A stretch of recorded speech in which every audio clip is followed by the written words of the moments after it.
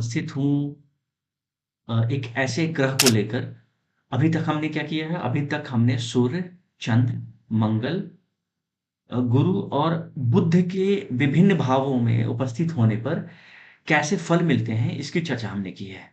आज का जो हमारा ग्रह है, मतलब आज से लेकर अगले 12 दिनों तक विभिन्न सभी 12 भावों में कैसा फल मिलेगा, उसके बारे में चर्चा करेंगे। तो आज का जो हमारा ग्रह है, आज से लेकर 12 दिनों तक, वह है हमारा लग्ज़री का कारक, वाहन का कारक, प्लैनेट। जी हाँ, बिल्कुल सही आप सोच रहे हो, शुक्र के बारे में।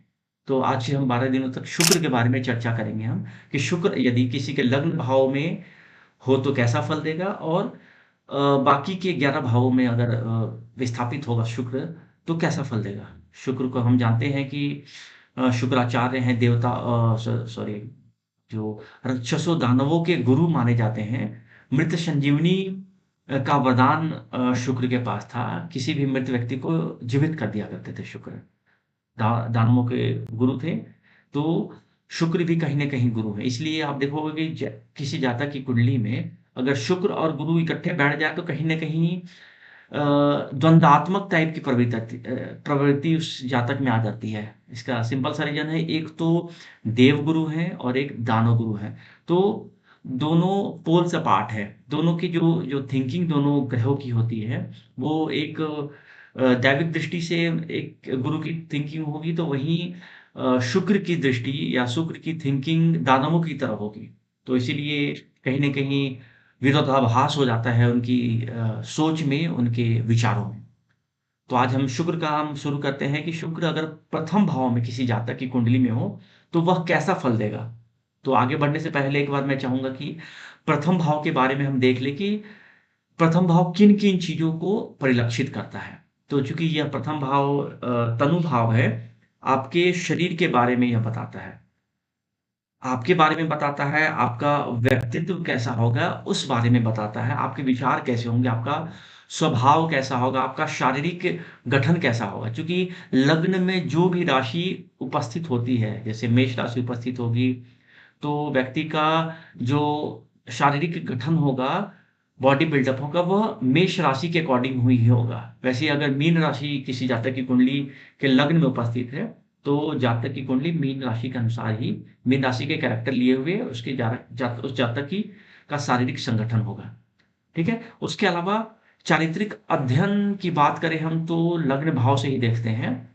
सुख-दुःख हो गया, मस्तिष्क हो गया, आपकी आकृति होगी, स्वभाव, व्यक्तित्व, आपका बचपन कैसा रहा है, वो हम लग्न भाव से ही देखते हैं। उसके अलावा स्वास्थ्य, आचरण, आपकी कुशलता, आपका रूप, रंग, आपका आत्मबल कैसा रहेगा, इन सब चीज़ों का विचार हम अ, लग्न भाव से ही करते हैं। इसके अलावा आप देखोगे तो सिर का विचार करते हैं, आजीविका के लिए भी हम लग्न भाव को ही देखते हैं, चूँकि आपका जैसा हाव-भाव होगा, जैसा आपका विचार होगा, उसके हिसाब से ही आप जॉब की तरफ जाओगे, उधर ही आपका झुकाव होगा।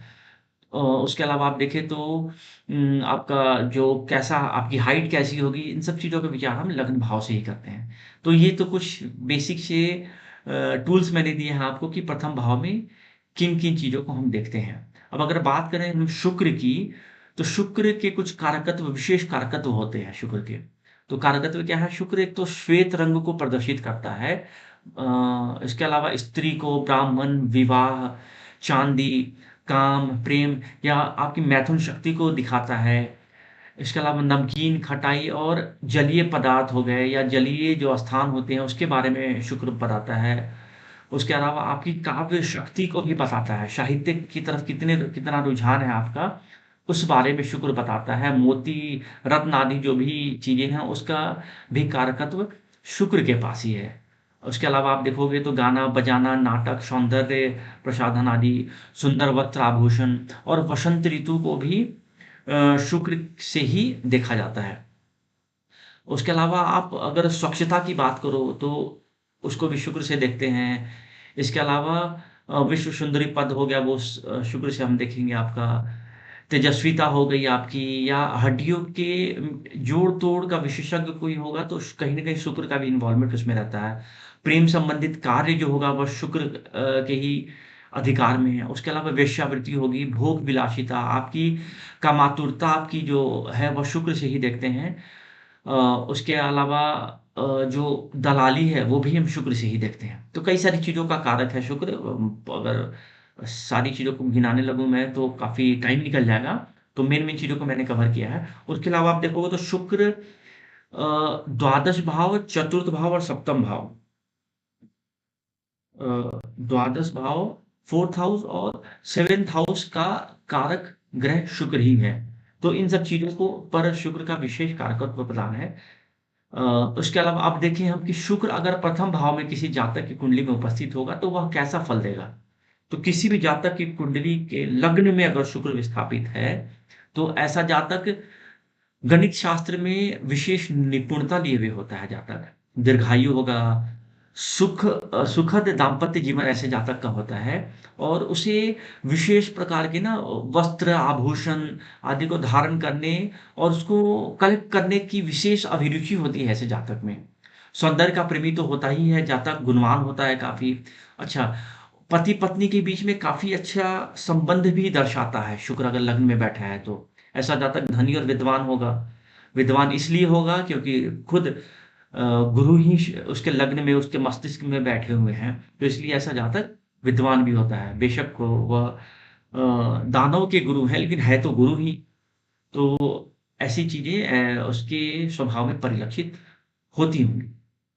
उसके अलावा आप देखें तो शुभ ग्रहों से अगर जातक युद्ध होगा, शुभ ग्रहों से अगर युद्ध हो शुक्र लग्न में, तो ऐसे जातक के को ना काफ़ी कलेक्शन करने का शौक होता है, वस्त्र आभूषण आदि का। और उसकी जो उसका जो शरीर की जो एक आभा होगी, जो कांति होगी, सुनहली प्रकृति की होगी।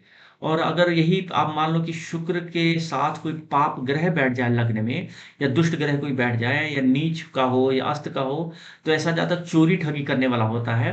और वात कफ के रोगों वात और कफ आदि से उत्पन्न रोगों से ऐसा जातक पीड़ित रहता है। अब यही लग्नेश के साथ राहु बैठ जाए तो जातक कहीं न कहीं जातक का अंडकोश बड़ा होता है ऐसे जातक का। तो पीड़ित रहने पे तो स्वाभाविक है कहीं न कहीं वो उस भाव से रिलेटेड चीज़ों पर पीड़ा देता है। वहीं अगर शुक्र तथा चतुर्थ भाव दोनों ही शुभ ग्रहों से युक्त हों या शुभ स्थिति में हों, चूँकि देखो आप यहाँ पे भाव, भावेश और कारक, चतुर्थ भाव वाहन का कारक है, शुक्र भी वाहन का कारक है। अब चतुर्थ भाव और शुक्र अभी ये सब और शुभ स्थिति में हो तो अगर किसी को लग्ज़री वाहन मिल जाए तो इसमें क्या अतिशयोक्ति है? तो ऐसे जातकों को अच्छे प्रकार के वाहन मिलते हैं, ठीक है? उसके अलावा अगर लग्न में स्वक्षेत्रीय शुक्र हो जाए, तो ये महायोग बनाता है। स्वक्षेत्रीय आपका होगा मान लो कि अ, तुला राशि हो जाए आपकी या वृष राशि बैठ जाए, या मान लो कि अगर मीन राशि ही हो जाए, उच्च की राशि इसकी शुक्र की, तो ऐसे जातक को अ ऐसा योग कुंडली में अगर बन जाए तो महाराज योग इसको बोलते हैं। अब यदि लग्न में शुक्र हो और अष्टम दुर्बल हो, अष्टमेश जो अष्टम भाव का स्वामी जो भी कोई हो और दुर्बल हो अगर, तो ऐसे जातक को 2 स्त्रियाँ होती हैं और उसका भाग्य कहीं न कहीं डमाडोल होता है और बुद्धि भी उसकी क्रूर टाइप की होती है। तो ये सब कुछ चीज़ें थी जो लग्न में शुक्र की उपस्थिति के कारण जातक को फल प्राप्त होते हैं। उम्मीद करता हूँ कि जो शुक्र के संबंध में मैंने जो चीज़ें जो बातें बताई हैं मैंने, आपको समझ में आई होंगी। और जो भी आपको डाउट लगता है तो कमेंट बॉक्स में ज़रूर लिखें आप, ताकि मैं उसका जवाब आपको ज़रूर दूँगा मैं। और अगर आपने चैनल को सब्सक्राइब नहीं किया है तो काइंडली चैनल को सब्सक्राइब कर लें, ताकि जो भी मैं ज्योतिष से संबंधित वीडियोज़ अपने एनिग्मा एस्ट्रोलॉजी चैनल पे डालता रहूँगा मैं, तो आप उससे अपडेट होते रहेंगे। तो अंत तक मेरे साथ वीडियो में बने रहने के लिए बहुत-बहुत धन्यवाद। नमस्कार।